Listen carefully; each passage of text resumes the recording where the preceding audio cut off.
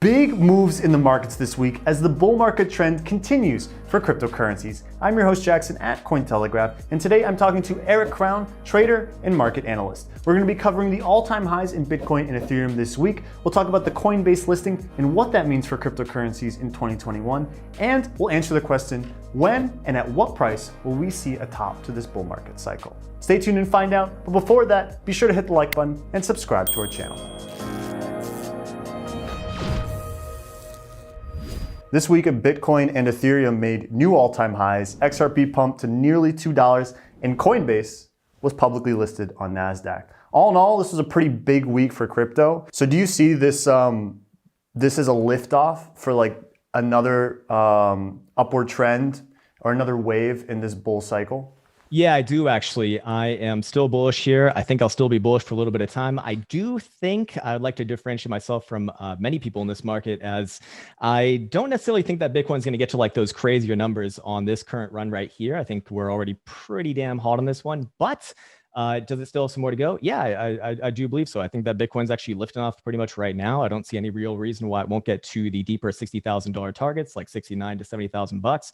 And maybe within the next, by end of year, I wouldn't be surprised to see Bitcoin maybe even gun for 6 digits. But at the end of the day, I do want to come back down to reality, because I see a lot of people out there like calling for, $1 million plus, which is, I mean, maybe over time, yes, but within the next year, I do think that it's important to kind of keep things more or less grounded, which I don't think that's in the cards like by the end of this year, for example. PlanB, the famous creator of Bitcoin stock to flow model, still thinks also that there is some steam left in the cycle. He calculated that if Bitcoin's relative strength index were to hit levels similar to 2017, Bitcoin could close April at $92,000. What do you make of that assessment?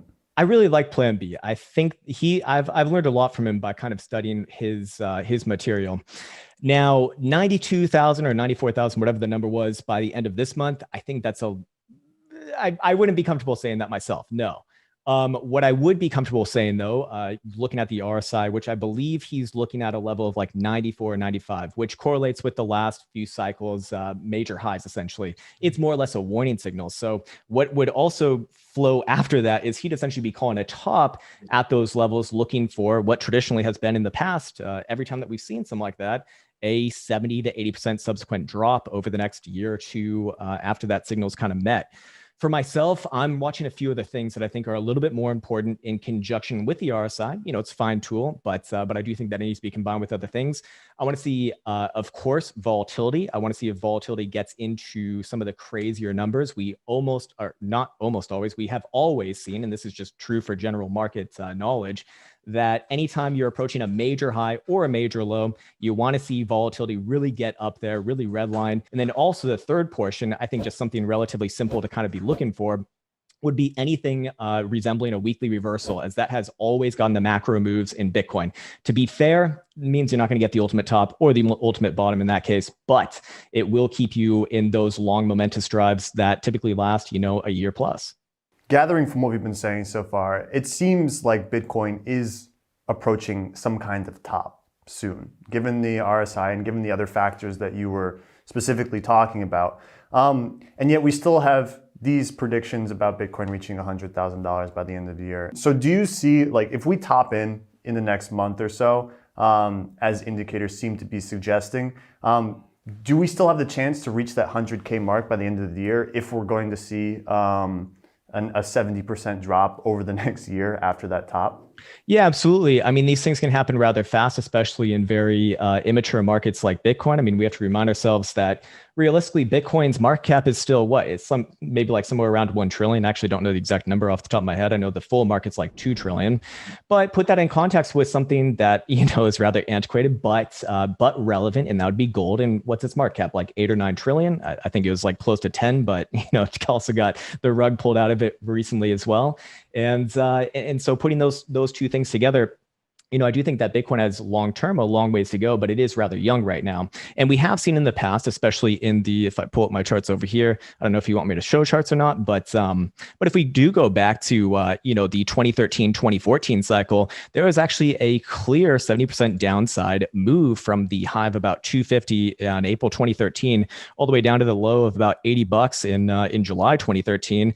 And then it reversed to basically go up another 500, 600% in the same year to the ultimate high. Do I think that we could see something like that similar on this run? Yeah, I do think so, actually, yes. But I do think after that first sort of one of those monolithic targets gets hit, like $100,000, I'm looking anywhere between about 90 to $111,000. I do think we're going to see one of those nasty reversals. A lot of people are going to be baptized in blood probably, and then continue on with the party, a little bit later. I don't really see any real reason, fundamentally speaking, why the market would, reverse for the long term here. I mean, obviously macro, it's mostly been an uptrend. And I still think that Bitcoin has a lot of things to look forward to in the future, like an ETF. I think that that's very possible by end of this year, very likely at the very least by next year. All the infrastructure is being built up right now, and that really legitimizes this as an asset, which I think is very important. I think that's a nice little segue into talking about the Coinbase news, which happened this week. I'm sure you have some opinions about it. Coinbase directly listed on NASDAQ, making it the first crypto exchange to do so, and the first major crypto, or one of the first major cryptocurrency companies to do so. The CEO of crypto asset management firm Script believes this is a huge milestone for the crypto space. Do you buy into that hype? 100%. Yes, it is a huge deal. Now, is it huge within the context of like crypto Twitter, where people go a little bit off the deep end and start, saying, okay, well, now we're going to $2 million. No, I'm not on that side, but I do think it's a very important thing. It builds up the legitimacy of this asset. It started with CME futures about 3 years ago now. In December 2017. And that laid the foundation for the traditional world to kind of integrate Bitcoin into it. And I've been saying for a while now, and I think a lot of reasonable people think this as well, is that the true end game for Bitcoin isn't necessarily like the crypto anarchist view, which I love that Peter Brandt made that term. I think is genius.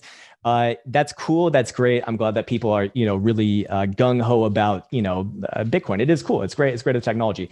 However, at the end of the day, I don't think that most people want that. Most people don't want to be their own bank. Most people don't want that responsibility. Most people want the exposure to Bitcoin without having the risk that you might incur, especially pre all of these events. And then now we see obviously Coinbase getting legitimized. It's getting absolutely astronomical valuations. I do think that there's going to be some downside there, yeah. But long term, it's a very good thing. And now we even see mini futures for CME as well for Bitcoin, and CBOE's talking about listing Bitcoin futures again, and also options. I mean, this is all very good stuff because what it allows more traditional investors who typically hold more money and bigger, quant firms and bigger money managers to have more security, but with the means that they typically know, which is hedging. And that's the whole purpose of these derivative contracts. On top of that, with the whole Coinbase thing, it opens up more roads for more exchanges. And I mean, they're just, these things are so valuable right now. It's actually insane. But an ETF down the road is very much not out of the question. And that's just going to it's just going to be another venue to get your money into this asset, get some exposure. And Coinbase itself being listed on there is really great, especially for, people who are more akin to like I wouldn't say the older way of doing things, but like just the usual way of doing things. For example, if you were a gold investor, you don't just invest in spot gold, you also get a gold ETF, you also get the gold miners. Now you can basically do the same thing with Bitcoin by buying Coinbase. At the end of the day though, I mean, are these things like really diversification within the actual asset? Not really. I mean, we see the whole damn market moving with each other. If you got to be looking at NASDAQ, you got to be looking at SPY, you got to be looking at Dow Jones all at the same time. And they've all been going moon mode as well. And Bitcoin gets to fall. So everything in this world gets to rally as long as we're kind of stuck within this current, fundamental narrative of, I guess, the new normal, as you say.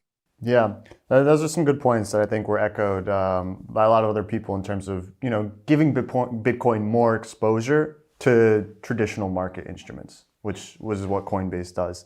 But I recently spoke to Mike McGlone, Bloomberg's Bitcoin strategist, and he seemed pretty confident that we would see a Bitcoin ETF this year, and possibly even within the next 3 months. What are your thoughts on that? I agree with him. I've been saying this for the last few years that 2021 is very, very likely. I think by end of year, it is certainly not out of the question. And if I had to guess, if I was going to give some very strange prediction here, it would be something like this, kind of alluding to our conversation earlier. Does Bitcoin top out after hitting one of these crazier numbers in the deeper or somewhere around like close to 6 digits? Yeah, I think so. And then comes down, and then an ETF, starts to get populated into the news cycle. And then the whole thing kind of begins again. And an ETF would be a bigger, deal, obviously, than Coinbase getting listed to begin with. An ETF really is, I suppose, like that is, you've gotten everything that you want at that point, pretty much.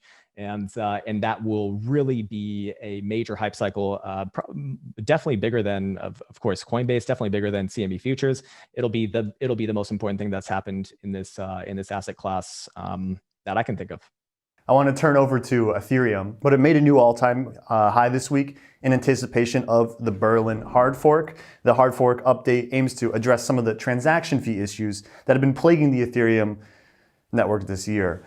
Despite these issues, billionaire entrepreneur Mark Cuban believes Ethereum is as close as we have to a true currency. Do you think Ethereum's thus far unresolved transaction fee and scalability issues will have a negative impact on ETH's growth in 2021? This is a very interesting question. The answer that I'd give is no, because I think that most people either are unaware of these things or do not care, and they probably believe that the developers within Ethereum, they probably just trust that they're going to resolve these issues over time anyways. It's essentially baked in. I mean, I'm looking at Ethereum right now, and nothing bearish about that chart. In fact, if I'm making a corollary to Bitcoin, that actually makes me believe we kind of just lift off from here anyways. You see this whole market move together right now, and Ethereum's kind of leading, I suppose. And that one, regardless of what of kind of the scenario that you just presented there, at the end of the day, man, there's nothing bearish about that chart. So I'd have to say I don't think that people they're either not concerned with it or they believe that it's going to be resolved anyways. Similar to naysayers for Bitcoin who are worried about quantum computers, for example. Like they figure that the Bitcoin developers, they're going to figure out that issue before that becomes like a widespread issue to begin with. Interesting comparison. Although I think high transaction fees already exist, whereas quantum computers, I don't think present as much of a very true. Yes. Immediate threat to the Bitcoin network. But you said that Ethereum is leading the market, or looks to be leading the market. Do you think that ETH has more upside potential than Bitcoin this year? Does it have more upside potential? Yes, it does. Just because, for the simple fact that it hasn't run up as much as Bitcoin just yet. Bitcoin typically kind of sets the tone for the macro cycles, and then altcoins follow in general degrees of relative strength. I mean, we have a rotational market going on, and actually, to kind of go back to that prior question, I do feel like it kind of deserves a little bit more attention. The other reason why I say that is that most cryptos, I mean, they're just getting free rides right now. If you're just in the crypto space, you get to go to the moon, pretty much. People don't care about the underlying technology for the most part. We have that whole meme within this market. It's like, I'm here for the technology. Most people are not. Most people don't use these things on a day-to-day basis. Most people have no interest in that. They just look at this as speculative assets, which is fair enough. I mean, that's keeping the whole thing going. I mean, look at Dogecoin, for example, right? Dogecoin goes to the moon. Do people think that there's something going on there? I don't believe that they, correct me if I'm wrong, but I don't believe that they develop on it anymore. I could be wrong in that, certainly. But my point is that like obvious things that really, I'm not so sure have any intrinsic value, is a whole loaded term to begin with, but it's just like Ethereum's issues or perceived issues just don't really seem to really. I'd imagine they really don't even cross most people's minds. I think that's a fair assessment. Do you have any particular targets for ETH that you're looking at for this year? Oh, I mean, like short term, medium term, I'm looking just under $3,000. I think that's a big one. Of course, long term, you're going to have your psychological numbers after that point. I mean, if Bitcoin really gets going, I don't see any real reason why Ethereum can't get to 5,000. I know a lot of people are talking about $10,000 as well. I mean, in this market, anything's possible, right? Is it probable? I don't know about this year. I think over time, I don't really see any real reason why not, but for this year, I'd say 3,000 is very, very likely. 5,000 I think is strong probability as well. Mostly depends on what Bitcoin does. If Bitcoin starts to reverse, then you got to start to hold your breath for everything else, as it typically does. Set the tone. Yep. And then if/when we see the ETF, it's liftoff time, right? Yeah. There you go. Right. But you did mention Dogecoin, aka Doge, earlier, and I did want to touch on that briefly. In terms of the whole, the underlying technology doesn't really matter. This is a prime example of that sentiment in the market, where we see these, and we've seen it before, these kind of media hype cycles that drive price action. The previous events where this happened were with the GameStop Robinhood craze, where the traders got locked out of GameStop by Robinhood, and then everyone kind of flooded into Doge, time to pump the coin and make some money because you can't on GameStop, something like this, right? And so the pumpamentals are on full display, particularly in Doge. It's the epitome of that scenario. On April 14th, in just 24 hours, the meme coin soared 80%. And made it into the top 10 cryptos by market capitalization. But what are your opinions on this kind of like strictly pumpamental coin? Why is this in such an outlet for this like pent up trader energy? Well, I mean, there's like a good actual grassroots following on that one, funnily enough. But everything in the market kind of gets a free ride. Do that. We saw the same thing in the 2013, 2014 cycle. We saw the same thing in 2017. Dogecoin is no different than anything else, in my opinion. It's just what is impressive about it is actually that it has remained somewhat relevant over time. I think that's just because, who doesn't love that? Who doesn't love that meme? Like it's one of the funniest ones. It's survived for a very long time. So, with that, I don't think that it means anything for the underlying technology, or at least very little. I think that people just in general are looking for something that is, cheap, right? And they see, I think it's trading at like what, 10 cents now? No, 13. Jesus Christ, 13. 13 cents. Okay, this is just absurd, but there's no, I actually think that is probably going to go higher. Just looking at this chart right here. That is just absurd, man. But yeah, everything gets a free ride in this market. When Bitcoin's bullish, everyone gets to rally up, and I figure that's what we're seeing with Dogecoin. I feel that's what we're seeing just across the market. You're seeing all of the coins that pretty much got sold off like 90+%, in some cases 99% from the 2017 cycle. They're getting their rallies in too. But Dogecoin, actually, funnily enough, this one is like a known pump and dump.